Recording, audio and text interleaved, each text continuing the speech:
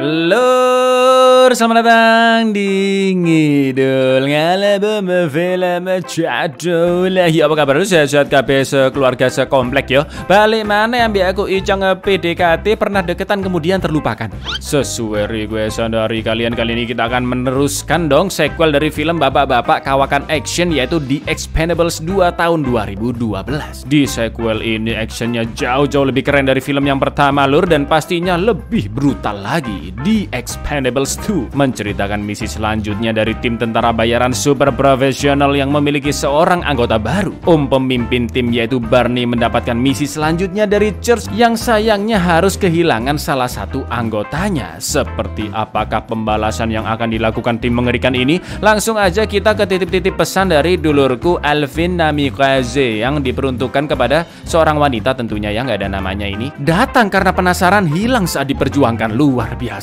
Tak tambahin lur, ternyata balikan sama mantan sampai ke jenjang pernikahan. Iya.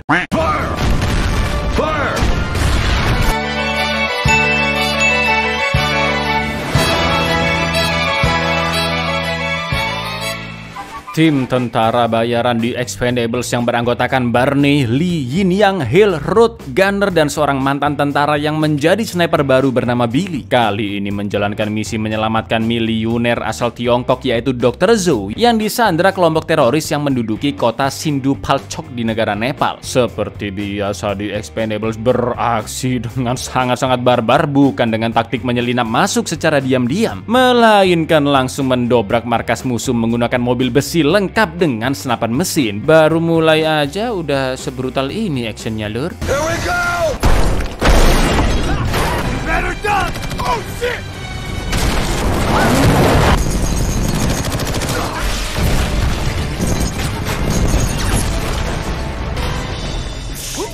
Dengan sangat lancar mereka semua berhasil membunuh banyak pasukan, dan tak lama kemudian muncul helikopter yang menembaki Lee dan Barney dari atas gedung. Mereka pun langsung menyerangnya bukan pakai roket tapi dengan cara yang lebih ekstrim, yaitu menabrakannya pakai sepeda motor. Sangat-sangat edan. Sementara itu, Yin Yang, Hill, dan juga Gunner sudah memasuki markas dan mulai bergerak menuju ruangan Sandra. Lalu kita pun diperlihatkan dengan jelas aksi kungfu Jet Li yang mampu melawan banyak musuh dengan barang senemunya.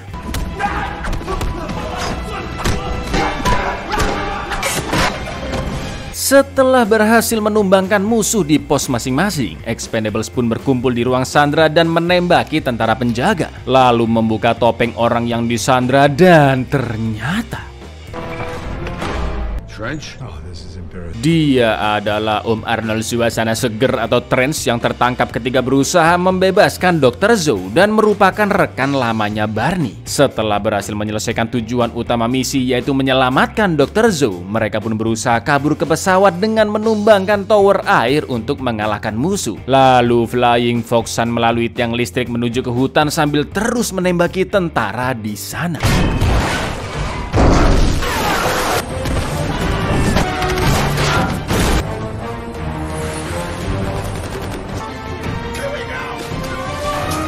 Hill, Yin Yang, Gunner, dan juga Ruth berhasil kabur ke laut, sedangkan Barney sempat tertembak 2 kali dan akhirnya terkepung musuh bersama Lee. Lalu yang terjadi?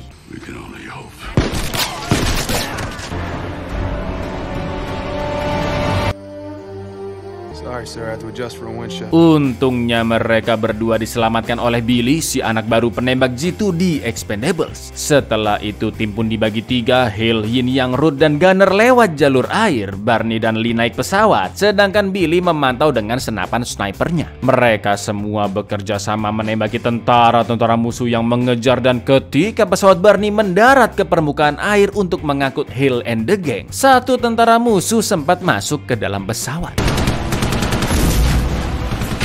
Guy's good. You're good. Appreciate it, sir.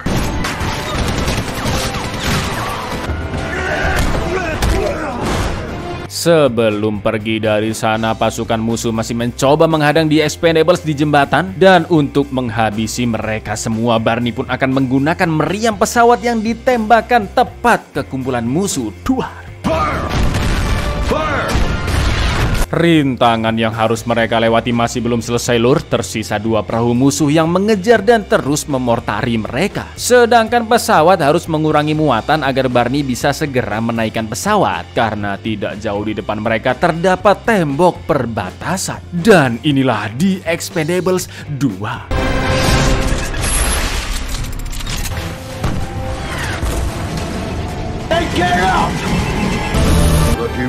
Dari Nepal mereka pun terbang melewati provinsi Hebei di Cina terlebih dahulu untuk memulangkan Dr. Zhou. Dan Yin Yang juga ikut sekalian pulang kampung, entah kapan dia akan bergabung kembali. Ekstrim banget lur, gak pakai mendarat-mendaratan tapi langsung terjun payung dari pesawat. Apa nggak shock ya kan Dr. Zhou yang udah mbah-mbah. See you later, alligator. Beberapa hari kemudian di Expendables nongki-nongki di bar. Billy pun minta bicara 4 mata dengan Barney dan dia minta izin untuk resign setelah menjalankan misi terakhir di bulan itu. Karena Billy ingin hidup berdua dengan kekasihnya Sofia di Perancis. Barney pun menyetujui keputusan Billy karena menurutnya jika Barney masih muda, pasti akan berpikiran sama seperti Billy. I'd like to finish out the month. I want to go meet up my girlfriend. She's French. I don't want you to think that I'm just... Again, you're age, doing what you're doing. Setelah itu Barney pergi ke lapangan udara untuk mengecek pesawatnya. Tapi ternyata Mr. Church sudah menunggunya di sana dan menagih $5 juta yang harusnya dikembalikan oleh Barney. Karena di film pertama Church memberikan misi hanya untuk membunuh seorang diktator di sebuah negara di Amerika Selatan. Bukan sampai membasmi sepasukan-pasukannya, bahkan menewaskan 1 agen CIA pengkhianat yang mengatur segala kekacauan di negara tersebut. Sebagai gantinya Church memaksa Barney untuk melakukan sebuah misi lagi. Jika tidak, Church akan memenjarakannya. Misi selanjutnya adalah mengambil sebuah paket rahasia di dalam sebuah berangkas bangkai pesawat dari Cina yang ditembak jatuh di pegunungan Albania. Barney tidak hanya bersama tim Expendable saja, tapi juga harus membawa teknisi dari Church, yaitu seorang wanita bernama Maggie Cheng yang bertugas untuk membuka berangkas tersebut karena keamanannya super canggih dan bisa meledak jika salah memasukkan kode. Something you don't need to know. Let it fall into the wrong hands. Sending along a private situation. Her name is Maggie Chan. You're gonna make a very good babysitter. Gak pakai lama, keesokan harinya para Expendables termasuk Maggie langsung ke TKP di pegunungan Albania sesuai peta dari Church. Sesampainya di bangkai pesawat, beberapa anggota menjaga di luar. Hill dan Barney menahan pintu berangkas yang sangat berat. Maggie mulai menghacking kodenya, sedangkan Billy si sniper mengambil posisi mengintai dari kejauhan. Akan tetapi Maggie sempat salah kode dan men-trigger peledakan berangkas dalam waktu 1 menit. Maggie pun segera meretasnya sekali lagi, sementara Hill dan Barney semakin tidak kuat menahan pintu berangkas. Lalu yang terjadi, I'm losing my grip. Seconds. We leave now, we'll make it. Maggie, let it go. Got it. alhamdulillahnya Maggie bisa memecahkan kode berangkas dan paket pun berhasil diambil. Karena misi sudah selesai, mereka akan kembali ke pesawat. Tapi Billy dipanggil-panggil kok nggak nyaut-nyaut di walkie-talkie ya kan? Karena ternyata dia telah ditangkap pasukan bersenjata bernama The Saints yang dipimpin oleh Om Jean-Claude Van Damme, atau di film ini dia bernama Villain lur. Kedua kubu pun saling menodongkan senjata dan situasi terasa mencekam. Villain pun mengancam akan membunuh Billy jika Expendables tidak menjatuhkan senjata, juga memberikan paket rahasia dari pesawat tadi. Sebenarnya Expendables bisa saja melawan, namun The Saints terlihat bukan kelompok kacangan seperti perompak di film pertama lur. Don't give your weapons, you don't owe me anything. Don't do nothing, he said. Dengan sangat terpaksa demi menyelamatkan nyawa Billy, Barney pun memerintahkan timnya untuk menurunkan senjata yang langsung dirampas oleh The Saints, termasuk pisau bersimbol Expendables milik Barney, juga menyerahkan paket rahasia ke Villain. Setelah itu helikopter pun datang. Barney and the gang diperintahkan untuk tiarap, lalu Villain dan timnya akan pergi dari sana. Tapi meskipun telah mendapatkan paket yang dia inginkan, dengan brengkesnya Villain masih tega membunuh Billy dengan menusukkan pisau tepat ke jantungnya. Everybody stay calm, we'll be done. Bring me that knife. What's this symbol? You'll be alright, Billy. Are you afraid of me? I'm not. I'm dying. Don't talk, Billy. Cut his hands loose. Dengan sisa-sisa kesadarannya, Billy meminta Barney untuk mengambil surat di sakunya, dan dia pun meninggal dunia sebelum bertemu kembali dengan Sofia di Perancis. Letter in my pocket. Sambil menahan amarahnya karena Billy harus tewas demi sebuah paket, Barney pun menanyakan ke Maggie apa sebenarnya isi dari paket tersebut, yang ternyata adalah sebuah blueprint atau denah dari tambang yang sudah terbengkalai sejak Perang Dingin yang berisi 5 ton plutonium. Sekarang The Saints telah memiliki petanya dan nanti mereka bisa menjual plutonium itu atau dibuat bom nuklir. Lalu mereka pun memakamkan Billy di dekat sana dan membacakan surat tadi yang berisi kata-kata terakhir Billy untuk kekasihnya Sofia. Barney pun berniat membalas kematian anggota barunya dengan segera memburu dan membunuh Philip. Dear Sophia, know that wherever I end up, what's the plan? Track him, find him, kill him. Di area tambang, Philin telah memaksa banyak warga dari desa sekitar untuk bekerja menggali, bahkan sampai banyak yang meninggal akibat kelelahan. Philin menyuruh tangan kanannya Hector untuk mengeruk 5 ton plutonium dalam 3 hari karena sekarang mereka sudah mengetahui lokasinya melalui blueprint dan sudah ada pembeli yang siap membayar 4 juta dolar atau 60 miliaran rupiah per kilonya, lur. Berarti kalau 5 ton ya sekitar 300 T lah. Sementara itu Expendables terus mengikuti Philin dengan melacak transmisi dari blueprint yang sayang sinyalnya hilang karena Philin telah masuk ke dalam tambang. Barney pun memutuskan untuk memparkir pesawatnya di markas sementara lalu naik truk bersama gengnya ke sebuah bar yang tidak jauh dari titik hilangnya sinyal tadi untuk menggali informasi dari orang-orang di sana. Alih-alih ngobrol dengan damai, ternyata di sana ada beberapa anggota The Saints yang lagi nongki di bar mulai menyerang. Dan jelas mereka bukan tandingan 2 dedengkot Expendables ya kan? Calm down, boys. I can get them to talk. I say we beat some info out of these guys and get moving. Dengan sedikit penyiksaan dari Maggie, mereka pun mendapatkan informasi tentang The Saints yang melakukan beragam aksi kriminalitas di sekitar pegunungan. Setelah itu mereka pun memutuskan untuk bermalam di sebuah kota mati bekas latihan perang dingin militer Rusia. Sedangkan Lee ditugaskan kembali ke pesawat yang cukup jauh untuk mengambil semua perlengkapan senjata. Namun keesokan paginya ketika akan bersiap pergi menyerang Saints, tiba-tiba Expendables sudah dikepung oleh pasukan Saints yang sudah memenuhi kota. Mana pasokan senjata dari Lee belum datang-datang pula.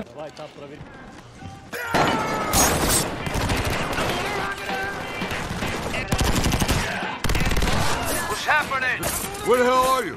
I'm almost there. Situasi pun semakin kacau karena ternyata Saints juga membawa tank. Sumpah sampai segitunya padahal untuk memburu Expendables yang cuma 5 orang aja ya kan lur. Tapi tiba-tiba seseorang menembak semua pasukan Saints bahkan menghancurkan tank dengan roket.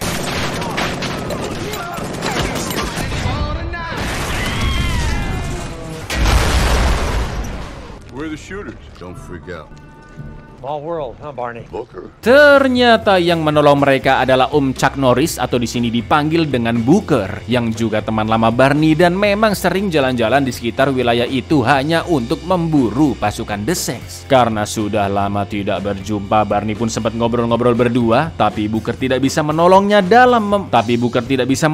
memburu Philin karena dia lebih memilih bekerja sendirian tanpa tim. Sebelum berpisah, Booker pun memberi info tentang orang-orang di sebuah desa yang tidak jauh dari sana dan mungkin bisa membantu Expendables untuk melawan Saints. Thanks for showing up. My pleasure. There's a village down the road. They hate Saints. Tak lama kemudian setelah Lee datang, mereka pun langsung OTW ke desa yang dimaksud oleh Booker dan di sana terlihat begitu tenang. Akan tetapi tiba-tiba mereka ditembaki oleh para wanita, bahkan ada nenek-nenek yang semua tembakannya meleset lur. Expendables pun turun dari truk lalu Maggie dan Barney menjelaskan kepada Bu RT desa bernama Pilar jika Expendables berencana untuk menumbangkan komplotan Saints. Mendengar itu, Pilar pun menyuruh pasukannya menurunkan senjata lalu menunjukkan bocil laki-laki yang mereka sembunyikan di suatu ruangan karena ternyata Saints menculik semua laki-laki di sana, tua dan muda termasuk suami Pilar, untuk bekerja rodi di tambang dan sampai banyak yang terbunuh. Begitu pula dengan desa-desa lain yang bernasib sama. Expendables pun akhirnya bersembunyi di sana dan menunggu The Saints yang tak lama setelahnya komplotan preman-preman kacrut Saints pun datang dan langsung dibasmi oleh Expendables.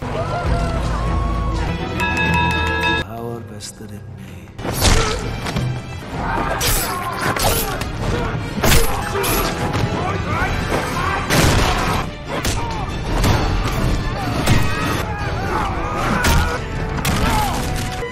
One more! Rest in pieces. Sementara itu di tambang Hector dan para pekerjanya telah selesai mengangkat semua plutonium. Sedangkan Expendables sedang mengintai area sekitar tambang dan menyusun taktik untuk menyerang. Setelah persiapan selesai, nggak pakai basa-basi di hari itu juga di Expendables langsung OTW ke tambang dengan pesawatnya. Dan seperti biasa, cara yang mereka gunakan sangat-sangat barbar, brutal. Alih-alih menyusup diam-diam, Barney langsung menabrakkan pesawatnya tepat ke dalam tambang. Luar biasa edan. Target in sight. Fire!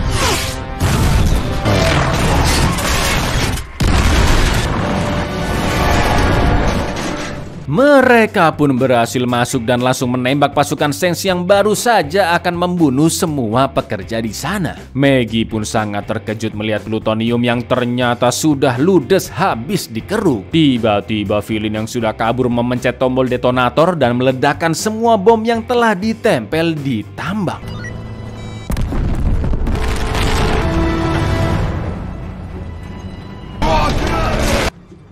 We're gonna be here a while. Alhamdulillahnya Expendables bisa selamat meskipun beberapa pekerja terluka dan mereka semua terjebak di dalam tambang karena tertutup runtuhan batu akibat ledakan tadi. Gunner pun mengide untuk membuat bom fosfor yang bisa menghancurkan dinding, tapi ternyata Better get back.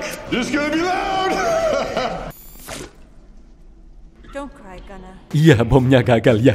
Mereka mengira akan cukup lama terjebak di sana, tapi tiba-tiba dinding pun runtuh dan terlihat alat berat penghancur batu yang ternyata dikemudikan oleh Trance. Dan dia datang dengan mengucapkan kata-katanya yang sangat famous. I'm back. I'm back. Berkat Expendables dan juga Trance, para pekerja pun akhirnya terbebas dan bertemu kembali dengan keluarga mereka, termasuk suaminya Pilar. Ternyata Om Trance tidak datang sendirian, dia ke sana bersama Om Bruce Willis alias George yang akan membantu Expendables untuk membalaskan dendam kematian Billy dengan membasmi The Sengs, terutama sang pemimpin keji yaitu Philin. How you doing, pal? I was doing pretty good, Church. You want to kick Elaine's ass or not? Saat itu juga mereka semua pun langsung OTW ke bandara, di mana The Sengs juga menuju ke sana sambil membawa truk berisi plutonium di dalamnya. Dengan helikopter, Expendables bisa sampai duluan dan tanpa assalamualaikum langsung menyerbu The Sengs tepat ketika mereka tiba di bandara.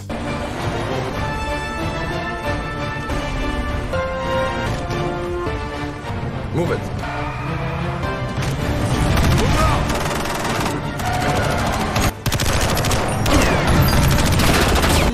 To the hangar. Now, get the plutonium on the plane. Philin dan beberapa pasukannya yang masih selamat berhasil masuk ke bandara. Para pengunjung di sana pun panik berhamburan dan kabur menyelamatkan diri. Lalu dari balik kaca, Barney, Trance dan juga George muncul langsung menembaki Philin beserta pasukannya. Dan tak lama kemudian Booker juga ikut datang membantu. Sumpah ini udah kayak Avengers lur, tapi isinya pemain film action kawakan, sangat-sangat epic.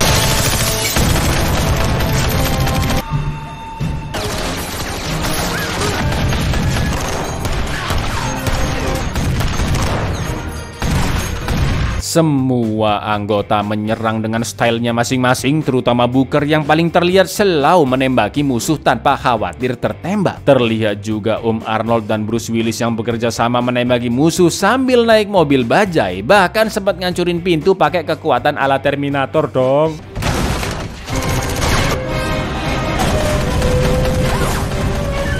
Peperangan terus terjadi, ratusan pasukan The Sengs telah dibunuh, sementara Barney dan Lee mengejar Philin yang berusaha kabur bersama Hector dan kroco-kroconya naik pesawat untuk membawa plutonium. Dengan lihainya Lee mengalahkan sisa-sisa pasukan dan duel dengan Hector menggunakan tangan kosong pun akhirnya dimulai.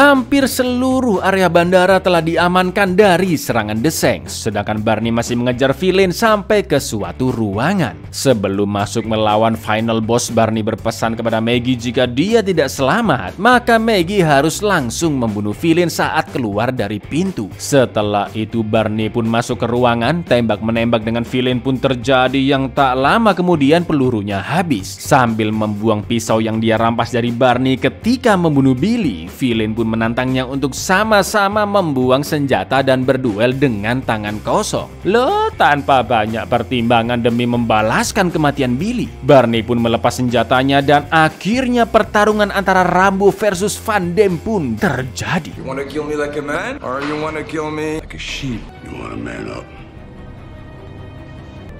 I'm gonna take your life.